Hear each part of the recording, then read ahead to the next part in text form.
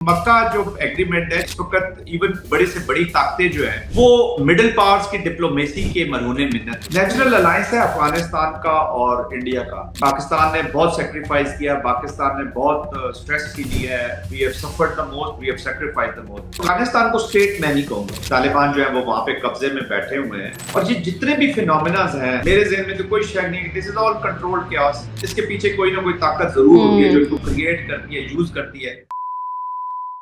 सबसे पहले तो जाहिर है कि मक्का जॉइंट डिफेंस एग्रीमेंट हुआ, इस पर बहुत आपने हमें भी तफसील से बताया कि किस तरह से ये ट्राइलेटरल एग्रीमेंट है और कैसे हर मुल्क अपना दिफा कर सकता है। लेकिन अब कल मैं देख रही थी डोनाल्ड ट्रंप साहब ने भी इसका खैर मकदम कर दिया। उन्होंने इस एग्रीमेंट को आप क्या समझते हैं कि वो किस नज़र से देख रहे होंगे और इसकी जो उन्होंने तारीफ की है इसको आप कैसे देख रहे हैं? जी बिस्मिल्लाहिर्रहमानिर्रहीम, thank you very much for the invite. देखिए मक्का जो एग्रीमेंट है, जैसे कि हमने पहले भी बताया कि इस वक्त इवन बड़ी से बड़ी ताकतें जो है जी वो मिडिल पावर्स की डिप्लोमेसी के मरहूने मिन्नत हुई है। वी ऑल नो कि देखिए मिलिट्री से आप मिलिट्री एप्लीकेशन के बाद जो एंड गेम है किसी भी वॉर की या जो एंड स्टेट है वो आप हासिल करते हैं through good diplomacy and good politics. और सियासत और डिप्लोमेसी दोनों ने आपको एंड रिजल्ट देना होता है, एंड गेम आपकी बनानी होती है। तो unfortunately over a period of time हमने देखा कि मिलिट्री इंस्ट्रूमेंट का इस्तेमाल तो प्रेसिडेंट ट्रंप कर रहे हैं, गो के वो कहते जरूर हैं कि मैं एंटी वॉर हूँ, एंटी मिलिट्री एप्लीकेशन हूँ, फॉर एवर वॉर में नहीं जाना चाहता। बट सरकमस्टांसेस ऐसे उनके इर्द गिर्द बना दिए गए हैं, कुछ वो खुद भी विक्टिम हुए हैं अपनी इस वॉर ऑफ चॉइस का जो इजराइल की वजह से उनको करनी पड़ गई कि वो मिलिट्री इंस्ट्रूमेंट को इस्तेमाल करते हैं जी। और फिर हमने पास्ट में अमेरिका का देखा कि न सिर्फ अफगानिस्तान, इराक, अब वियतनाम से शुरू हो, कहीं भी उनकी मिलिट्री एप्लीकेशन चाहे 8 साल की है, 20 साल की है, वो उनको एंड रिजल्ट्स नहीं ला सकी। कंफ्यूजन तो वो बहुत छोड़ के चले गए, लेकिन अपने ना पॉलिटिकल ऑब्जेक्टिव्स, ना डिप्लोमेटिक ऑब्जेक्टिव्स, ना मिलिट्री ऑब्जेक्टिव्स कोई भी वो अचीव नहीं हासिल कर सके। तो उनको मिडिल पावर्स के रोल को उन्होंने उसकी इंपॉर्टेंस को जाना है और they consider Pakistan, Saudi Arabia and Turkiye as their friends. Pakistan ने भी इसी लेवरेज का पूरा फायदा उठाया है और पाकिस्तान का जो रोल है खासतौर पर अमेरिका के लिए, चाहे वो चाइना का कॉन्टेक्स्ट हो, चाहे ईरान का कॉन्टेक्स्ट हो, चाहे उसके और भी कंपटीशन, तो पाकिस्तान का जो ब्रिज का जो रोल है उसको पूरा यूटिलाइज किया अमेरिका ने अपनी पॉलिसी के अंदर और इनको रेलेवेंट रखना चाहते हैं। तो वो इस अलायंस के साथ भी अपना कनेक्शन रख के अपने आप को रेलेवेंट रखना की कोशिश कर रहे हैं और आई थिंक ये सक्सेस है पाकिस्तानी डिप्लोमेसी की या हमारी जो रीजनल अप्रोच है उसकी कि आप फैक्टर ऑफ स्टेबिलिटी के तौर पर सामने आए हैं और दुनिया आपके साथ जुड़ रही है और वो भी इस लेवरेज को इस्तेमाल करना चाहते हैं टू रीच टू। पहले तो इसी वॉर जो भी चल रही है इनकी, फिर गाजा के अंदर आप बोर्ड ऑफ पीस ने उसने एक रोल लिया है। चूंकि कॉन्फ्लिक्ट मिटिगेशन, कॉन्फ्लिक्ट मैनेजमेंट के इदारे अंडर स्ट्रेस है, उस वक्त ये मिडिल पावर्स के जो रोल हैं ये बहुत खुलकर सामने आ गए हैं और अमेरिका इस रोल के साथ जुड़ के रहना चाहता है, न कि इसको रेजिस्ट करना। अच्छा जनरल साहब, ये जो एक पॉइंट हम देखते हैं बल्कि सुनते भी हैं कि अमेरिका अब अपनी एंगेजमेंट मिडल ईस्ट के अंदर कम करना चाहता है, आप इस स्टेटमेंट से किस हद तक मुत्तफिक हैं? और फिर इसी उसमें अगर हम कॉन्टेक्स्ट में बात करें तो क्या उसका खैर मकदम करना, इन तमाम मामलात को आप कहीं जुड़ता हुआ देख रहे हैं किसी एक पॉइंट पर? एट लार्ज मैं इस पॉइंट से एग्री नहीं करता। अच्छा, उसकी क्या वजह है? खत्म करना, देखिए अमेरिका एक सुपर पावर है एज ऑफ नाउ, अभी तक यूनिलैटरल पावर ही है ऑलमोस्ट। ये तो सही है कि ट्रांजिशन शुरू हो चुकी है मल्टीपोलैरिटी की तरफ जी लेकिन ये जो बड़ी ताकतें होती है ये किसी डोमेन में, किसी रीजन के अंदर अपने इन्फ्लुएंस को कम नहीं होने देना चाहती। इवन रशिया देख लें कि टूटने के बावजूद उसकी जो रीजनल प्रेजेंस है, सीरिया के अंदर देख ले, मिडिल ईस्ट के अंदर देख ले, हर जगह उसने अपनी कुछ ना कुछ प्रेजेंस रखी हुई है। वो के उस तरह डिलीवर नहीं कर सका अपने पार्टनर्स को जैसे उस पर एक्सपेक्टेशन थी, एंड क्वाइटली और एक खामोश डिप्लोमेसी और खामोश इन्वॉल्वमेंट के तहत चाइना भी हर कॉन्फ्लिक्ट, हर जोन में मौजूद जरूर है, हर रीजन में मौजूद है।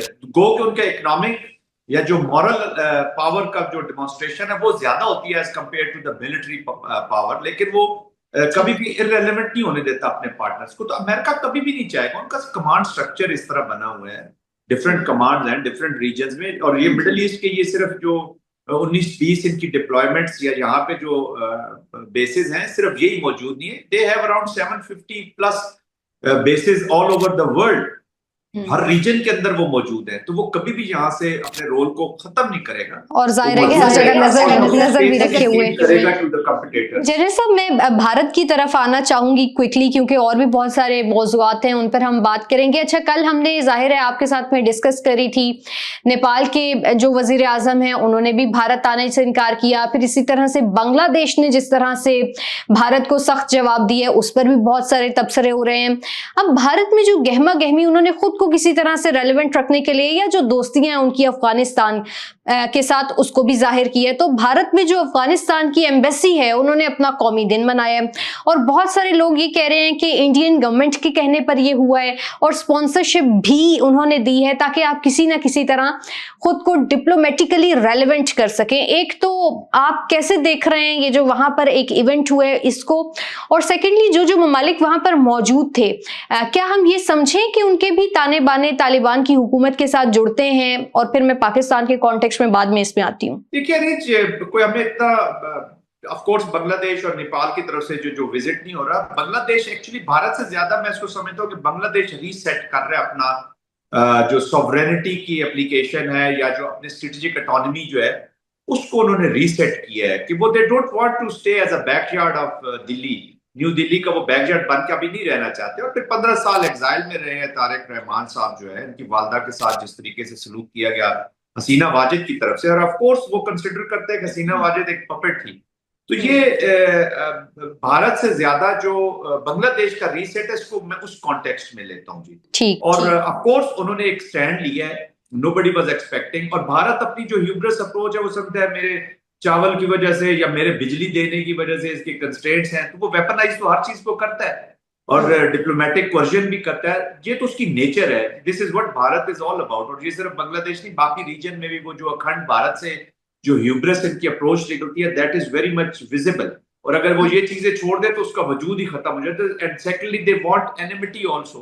पाकिस्तान के साथ भी वो पाकिस्तान को भी एक इम्प्लोडेड मोड में रखना चाहता है, क्योंकि एक वाइबल पाकिस्तान जो है वो भारत की मौत है। और पाकिस्तान जो है वो, पर हमें एक चीज का ख्याल रखना होगा कि हर चीज हम भारत के प्रिज्म से ना देखें। हमने देखना यह है कि नया बांग्लादेश कैसा जन्म ले रहा है, and where we standing as far as neighbours of India are concern. हम किसी के अगेंस्ट तो नहीं है, लेकिन हमारी जो रिलेशनशिप है दैट इज मोर इम्पोर्टेंट। इसी कॉन्टेक्स्ट को भी हम ले चलते हैं अफगानिस्तान में। नेचुरल अलायंस है अफगानिस्तान का और इंडिया का, ये मेरे लिए ये भी कोई अनहोनी नहीं है। It was to happen. Pakistan ने बहुत सेक्रीफाइस किया, पाकिस्तान ने बहुत स्ट्रेस भी लिया है। We have suffered the most, we have sacrificed the most. But having said that, 3-4 सालों के अलावा दाऊद साहब के वक्त में थोड़ा सा अफगानिस्तान से हमें खैर की खबरें आई, बाकी तो ये चीजें चल रही हैं।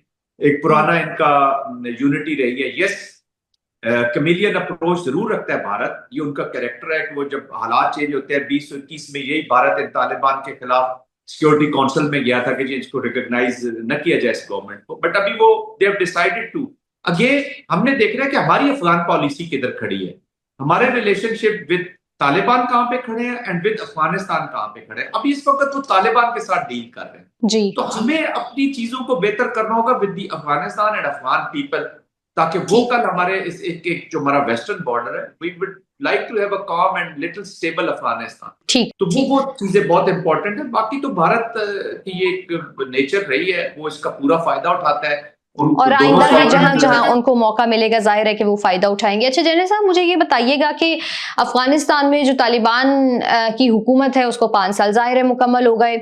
हमारी वजह से उनको प्रोटेक्शन भी मिली, हमारी वजह से उनके अमेरिका के साथ मुज़ाकरात भी हुए, और फिर कहा गया कि ऑल विल बी वेल, और फिर ऑल वेल नहीं रहा। जो कुछ हुआ ये सबने देखा। अब आप कैसे देख रहे हैं ये जो 5 साल वहां पर तालिबान की हुकूमत रही? जाहिर है कि मुश्किलात बहुत ज्यादा बढ़ी वहां की आवाम के लिए भी और पाकिस्तान के लिए भी, और फ्यूचर आप कैसा देखते हैं? तो एक अफगानिस्तान को स्टेट मैं नहीं कहूंगा, वो एक फ्रैक्चर्ड सिस्टम है। तालिबान जो है वो वहां पे कब्जे में बैठे हुए हैं। 2021 का जो दोहा कार्ड है उसकी हम अक्सर बात तो ये करते हैं कि जी अपनी सरजमीन नहीं इस्तेमाल होने देंगे, टेररिस्ट को यहाँ पे ट्रेनिंग नहीं करने देंगे। लेकिन जो एक इम्पोर्टेंट एलिमेंट है, एक ऑल इंक्लूसिव गवर्नमेंट बननी थी।